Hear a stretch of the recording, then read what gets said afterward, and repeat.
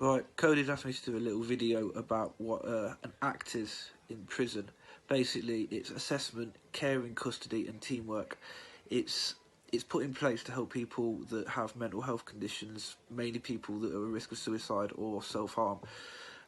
If you was to go and speak to a listener, or you spoke to a screw and you said, "Oh, I'm struggling," I'm sure quite a lot of people on the first night sentence never been inside before. It's a dark time. Do you know what I mean? You have to admit it's a very dark time.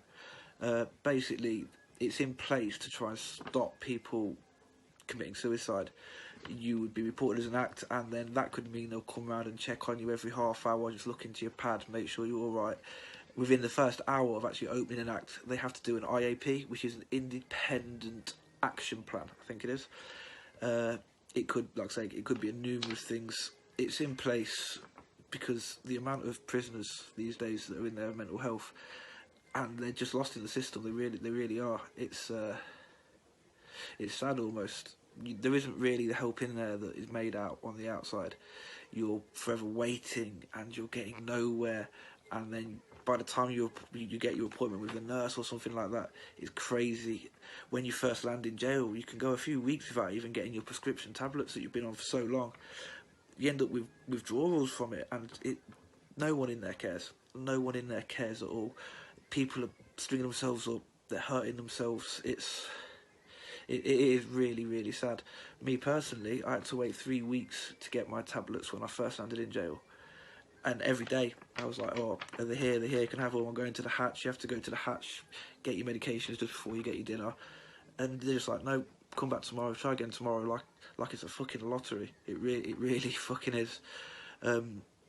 People are fighting each other through mental health, not having their tablets. It's a violent environment as it stands.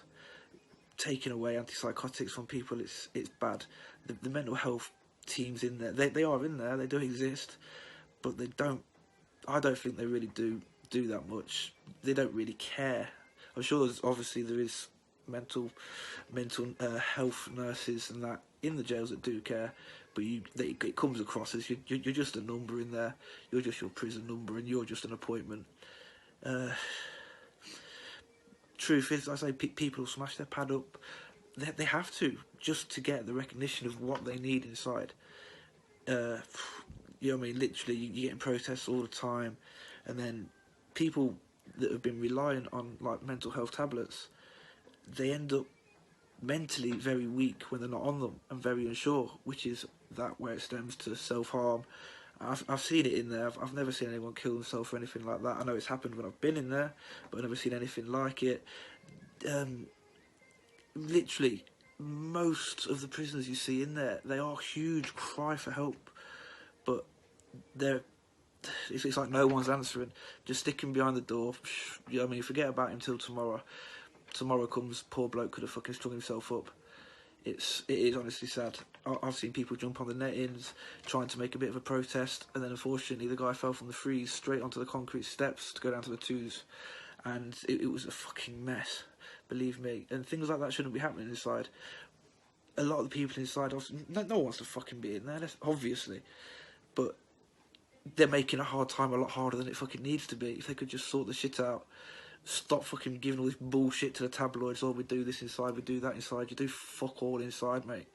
Do you know what I mean? And unfortunately, there is no voice for that apart from Cody. And I respect the work that he's doing and the voice that he's giving to the prisoners and the prisoners' families.